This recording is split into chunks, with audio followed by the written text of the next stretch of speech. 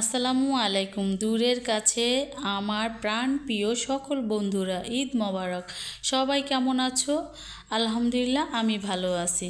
আজকে চলে এলাম তোমাদের মাঝে ঈদের সকালে কিছু রান্না নিয়ে। আমি ঈদের সকালে কি রান্না করেছি বন্ধুরা, তোমাদের সাথে এগুলো শেয়ার করব। তো আমি আজকে তৈরি করব 3 ধরনের সিমাই এবং নুডলস। তো বন্ধুরা, সকলেই ঈদের দিন এরকম আমরা রান্না করে থাকি। এখানে আমি লাচ্ছা সিমাই রান্না করেছি, নারকেল দিয়ে বাংলা সিমাই রান্না করছি এবং বাংলা সিমাই দুধ দিয়ে পাতলা করে রান্না করেছি, আর নুডলস। তো আমি এখানে প্রায় 2 প্যাকেটের মতো বাংলা সিমাই নিয়েছি। এগুলোকে আমি ভেজে নিব। এই 2 প্যাকেট সিমাই আমি 2 ধরনের সিমাই রান্না করব। একটা দুধ সিমাই রান্না করব আর একটা নারকেল দিয়ে ভুনা সিমাই রান্না করব। তো দেখো বন্ধুরা, আমি সিমাইগুলোকে প্রায় 4 থেকে 5 মিনিটের মতো সিমাইগুলো ভেজে নিব। তো বন্ধুরা, দেশের বাড়ি এসে রান্না করতেছি, দেশের বাড়ি ঈদ। আর যেহেতু আমি ভয়েস দিতেছি, আশপাশে অনেক শব্দ কথাবার্তা শোনা যাচ্ছে, তোমরা কিছু মনে করো না।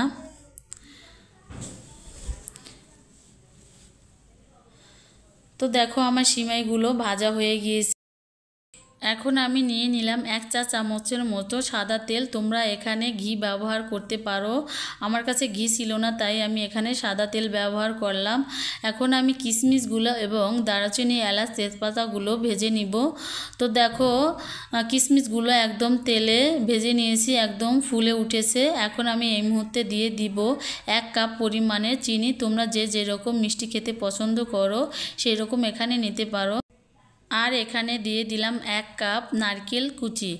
এই নারকেল কুচিটা দেওয়ার কারণে সিমাইটা খেতে কিন্তু দুর্দান্ত স্বাদের হয়। এগুলো আমি ভালোভাবে একটু ভেজে নিব। তো একটু স্বাদ বাড়ানোর জন্য অল্প কিছু পরিমাণে 1 চিমটি পরিমাণে লবণ দিয়ে দিলাম। এখন যে সিমাইগুলো ভেজে নিয়েছিলাম ওখান থেকে অর্ধেক পরিমাণে সিমাই আমি এখানে নিয়ে নিয়েছি নারকেল সিমাই ভুনার জন্য। তো দেখো, এগুলো আমি এখন প্রায় 4 থেকে 5 মিনিটের মতো জাল করে নিব, নারকেলের সাথে ভেজে নিব।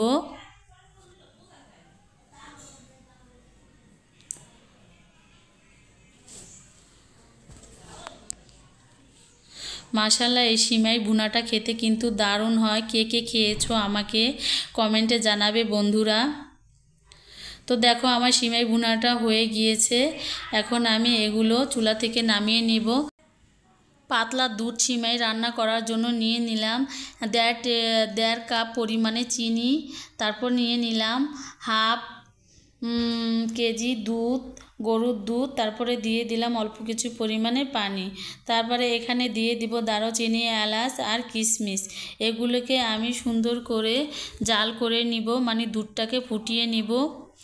এখানে আমি দুধের মধ্যে পানি মিক্স করেছি বন্ধুরা, কারণ সিমাইটাকে আমি একটু পাতলা পাতলা করে রান্না করব। আপনাদের ভাইয়া এই সিমাইটা খেতে খুবই পছন্দ করে। তো স্বাদ বাড়ার জন্য অল্প কিছু পরিমাণে দিয়ে দিলাম লবণ। দুধটা বলক উঠে গিয়েছে। এই মুহূর্তে আমি সিমাইটা দিয়ে 1 থেকে 1.5 মিনিটের মতো জাল করে নিব। তো বন্ধুরা, আবারও বলতেছি, আমার আশপাশে খুবই শব্দ কথা শোনা যাচ্ছে, তোমরা কিছু মনে করো না। কারণ গ্রামের বাড়ি আসছি, অনেক কথাবার্তা শোনা যায় এবং সন্ধ্যার সময় ভয়েসটা দিয়েছি, এর জন্য অনেক কথা শোনা যাচ্ছে। তো দেখো, আমার সিমাইটা রান্না হয়ে গেছে, ওটাকেও আমি নামিয়ে নিলাম।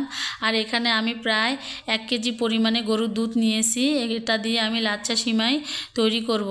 ওই একইভাবে আমি লাচ্ছা সিমাইয়ের মধ্যে দারুচিনি, এলাচ এবং কিশমিশ দিয়ে জাল করে নিব দুধটাকে। তারপরে যে যেরকম মিষ্টি পছন্দ করো সেই রকম মিষ্টি এখানে নিতে পারো।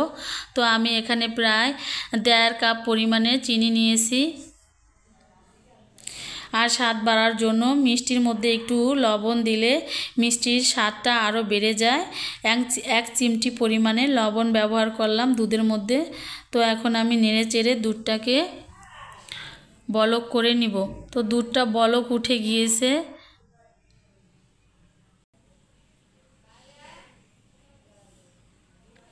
তো দেখো এখন আমি দুধটাকে নামিয়ে ঠান্ডা করব।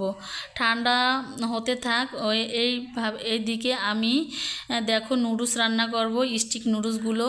এগুলো খেতে কিন্তু আমার খুবই পছন্দের খাবার, স্টিক নুডলস। তো দেখো পানি গরম করতে দিয়েছি, পানি গরম হয়ে গিয়েছে। এখানে আমি প্রায় 4 প্যাকেট নুডলস নিয়েছি, এগুলো আমি এখন সিদ্ধ করে নিব।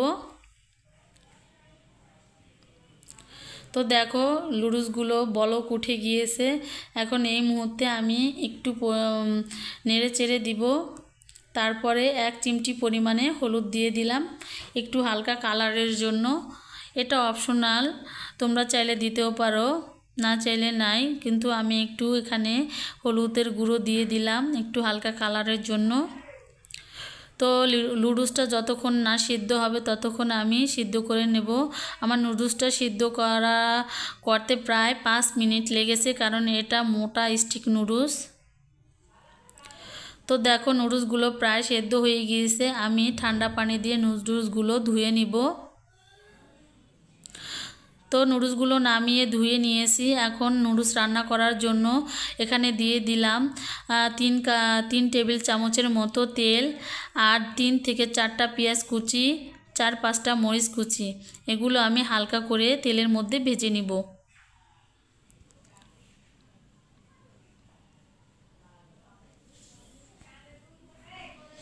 তো হালকা করে ভাজা হয়ে গিয়েছে। এই মুহূর্তে একটা টমেটো কুচি আমি এর মধ্যে দিয়ে দিলাম।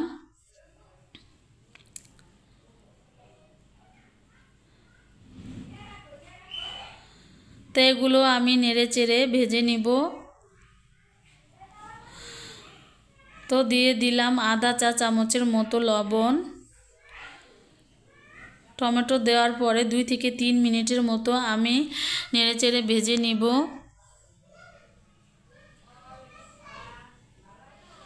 তারপরে এখানে দিয়ে দিয়েছি ডিম। আমি এখানে 3টি ডিম দিয়েছি। বন্ধুরা তোমরা চাইলে আরও বেশি বাড়িয়ে নিতে পারো। তো ডিমগুলো দেওয়ার পরে আমি কিছুক্ষণ ভেজে নেব ডিমগুলো। দেখো ডিমের গা থেকে তেল ছেড়ে দিয়েছে। এই মুহূর্তে আমি নুডলসগুলো ঢেলে দিলাম।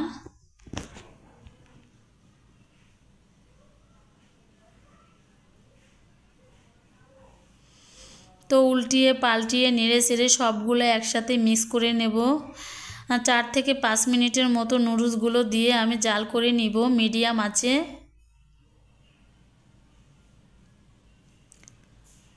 তো একদম সাধারণভাবে আমি নুডলসটা রান্না করলাম, এখানে কোনো সস ব্যবহার করিনি বন্ধুরা। সাধারণত গ্রাম্যভাবে যেরকম রান্না করে আমি সেরকম করেই আজকে তোমাদের রান্নাগুলো দেখালাম।